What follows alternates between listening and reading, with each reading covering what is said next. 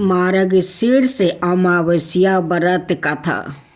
अमावस्या व्रत कथा हिंदू में सोमवती अमावस्या व्रत कथा के अनुसार एक नगर में गरीब ब्राह्मण परिवार रहता था। उस परिवार में पति पत्नी और उसकी एक बेटी भी थी। समय गुजरने के साथ साथ बेटी धीरे धीरे बड़ी होने लगी। वह कन्या सुंदर, संस्कारवान और गुणवान थी, लेकिन गरीब होने की वजह से उसकी शादी नहीं हो पा रही थी। एक दिन उस ब्राह्मण के घर एक साधु महाराज आया। कन्या ने साधु की खूब सेवा की। साधु उस कन्या के सेवा भाव से इतना प्रसन्न हुआ कि उस कन्या को उन्होंने लंबी आयु का आशीर्वाद दे दिया, लेकिन साथ में ये भी कहा कि इस कन्या के हाथ में विवाह संयोग रेखा नहीं है। तब ब्राह्मण देव ने साधु से इसका उपाय पूछा।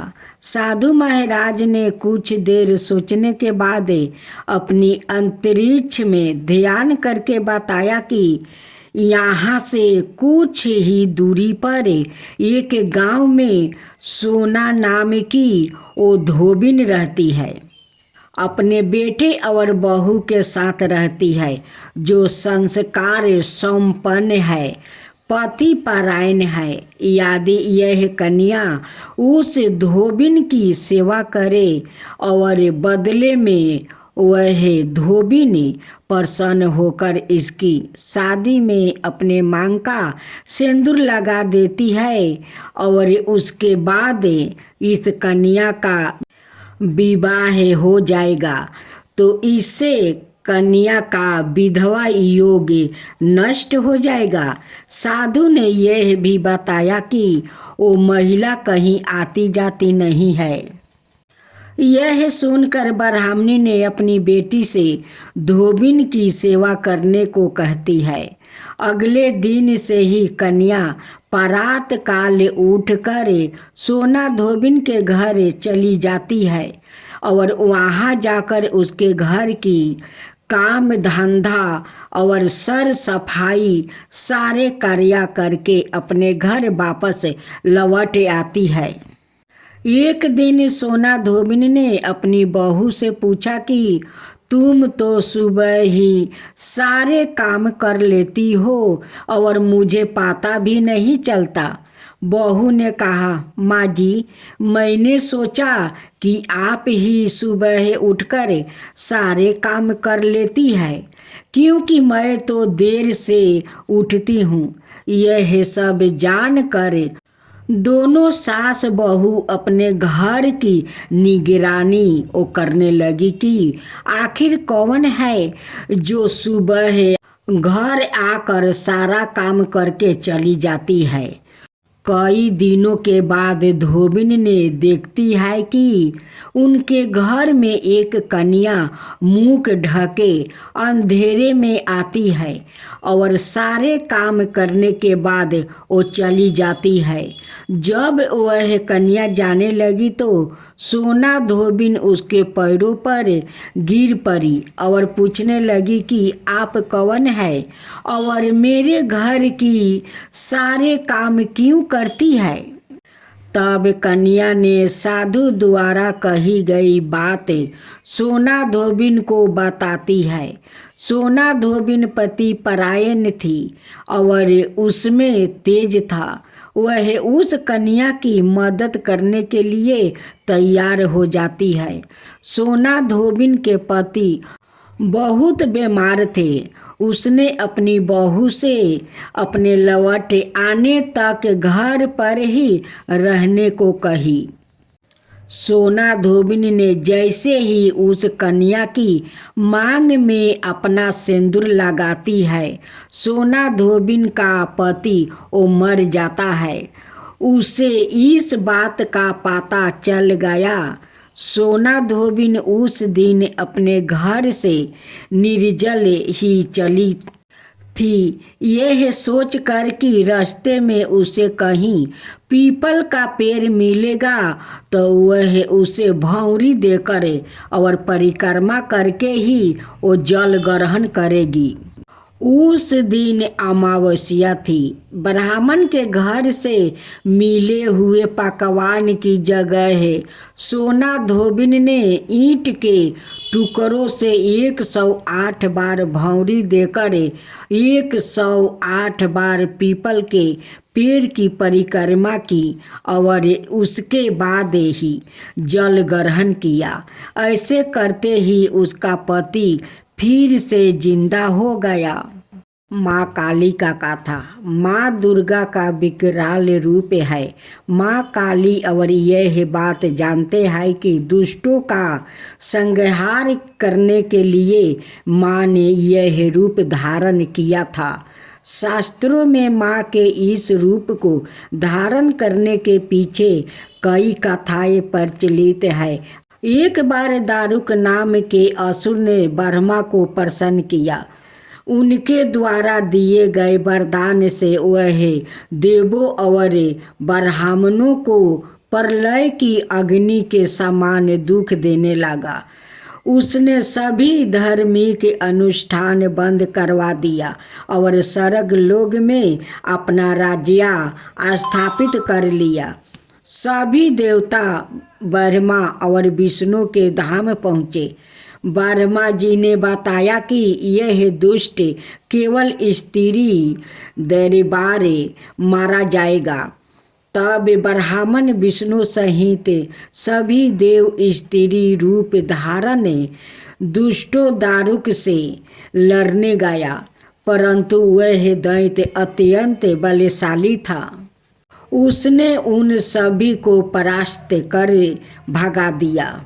अब दूसरी कथा। दारुक नाम राक्षस ने ब्रह्मा जी को प्रसन्न करने के लिए बड़ी तपस्या की। उसने प्रसन्न होकर ब्रह्मा जी ने उसे वरदान दिया कि उसकी मृत्यु केवल महिला के हाथों से होगी। अन्याय कोई भी उसे मार नहीं पाएगा।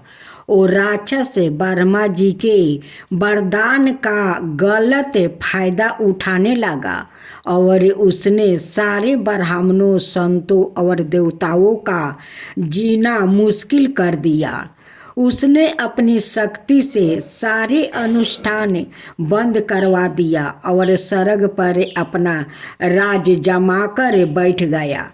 सारे देवता उससे लड़ने गया पर निराश होकर वापस लौट आया। तब ब्रह्मा जी ने बताया यह राक्षस सिर्फ किसी स्त्री के हाथों ही मारा जाएगा। सारे देवता मिलकर भगवान शिव के पास मदद की गुहार लगाने लगे।